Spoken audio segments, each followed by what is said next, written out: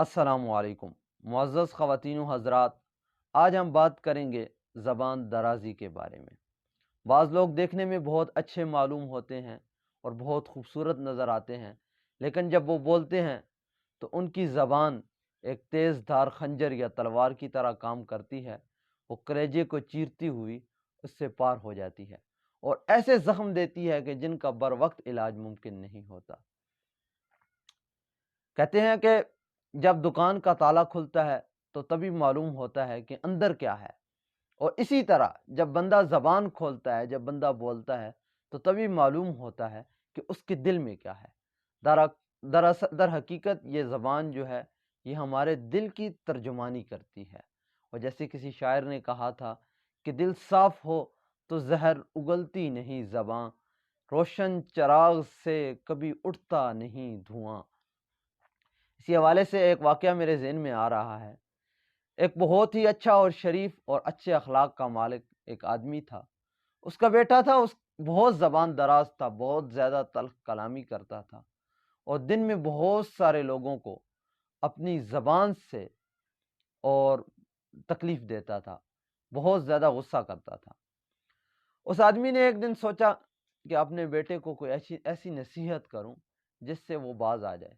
उसने एक थैला लिया, उसमें कील थे, और वो कीलों का थैला अपने बेटे को दिया और कहा कि बेटा, जब भी तुम देखो कि तुम अपने गुस्से पर काबू नहीं पा रहे, या तुम तल्ख कलामी का सामना कर रहे हो, या किसी को ज़बान दराजी से तकलीफ़ पहुंचा रहे हो, तो तुम ये जो हमारा बाग है, इसकी जो दीवार है, इस पर एक कील ठोक देना।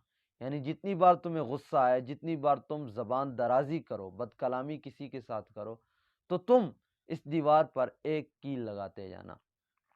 पहले दिन उस लड़के ने तकरीबन 50 के करीब कील लगाए, और दूसरे दिन उससे थोड़ा कम, तकरीबन 40 के करीब, इसी तरह 30, 20 और 10, और एक दिन ऐसा आया कि उसने अपने आप पर काबू पा लिया और उसने एक कील भी नहीं लगाया।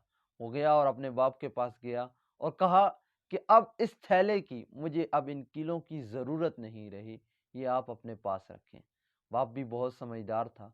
वो अपने बेटे को ले आया और देखा दीवार पर, जहाँ पर बेशुमार कील उसने गाड़े थे।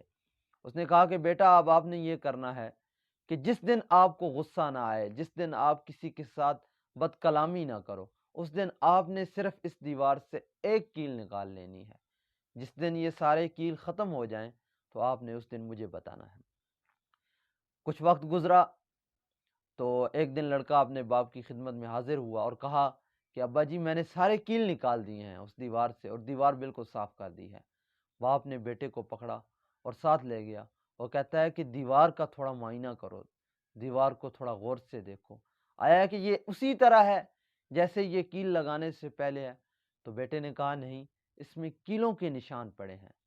तो बाप ने कहा कि बेटा, इसी तरह जब हम ज़बान दराजी का इस्तेमाल करते हैं, अगरचे हम खामोश हो जाते हैं, बाद में हम माफ़ी भी मांग लेते हैं, अपनी गलती सुधार भी लेते हैं, लेकिन जो नक्श अगले के दिल पर लगता है, जो चोट, जो ज़ख्म हम अगले के दिल पर लगाते हैं, उसका इलाज नहीं होता। वो ज़ख्म वहीं पे रहता है। यानी आप जितना भी मर्ज़ी आप किसी के पेट में छुरी मार दें, बाद में जितनी मर्ज़ी है माफ़ी मांगते रहें, उसका हल नहीं है, क्योंकि वो ज़ख्म तो लग गया है। इसी तरह ज़बान के जो ज़ख्म लगते हैं, बाद में बंदा जितनी मर्ज़ी है माज़रतें करता रहे, जितनी मर्ज़ी है माफ़ियाँ मांगता रहे, सॉरी करता रहे। अगरचे माफ़ी मांगनी भी चाहिए, बहुत ज़रूरी है। अगर आपसे कोई ऐसा गुनाह हो जाए कि अगले को ज़बान से तकलीफ़ बंदा दे दे, तो माफ़ी ज़रूर मांगनी चाहिए, लेकिन कोशिश यही की जाए कि ज़बान से किसी को तकलीफ़ ना दी जाए।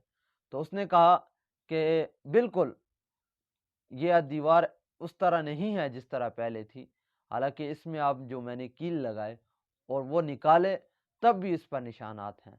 तो बाप ने कहा कि इसी तरह जब हम ज़बान से किसी को तकलीफ़ देते हैं, तो वहाँ पर निशान ज़रूर रहते हैं।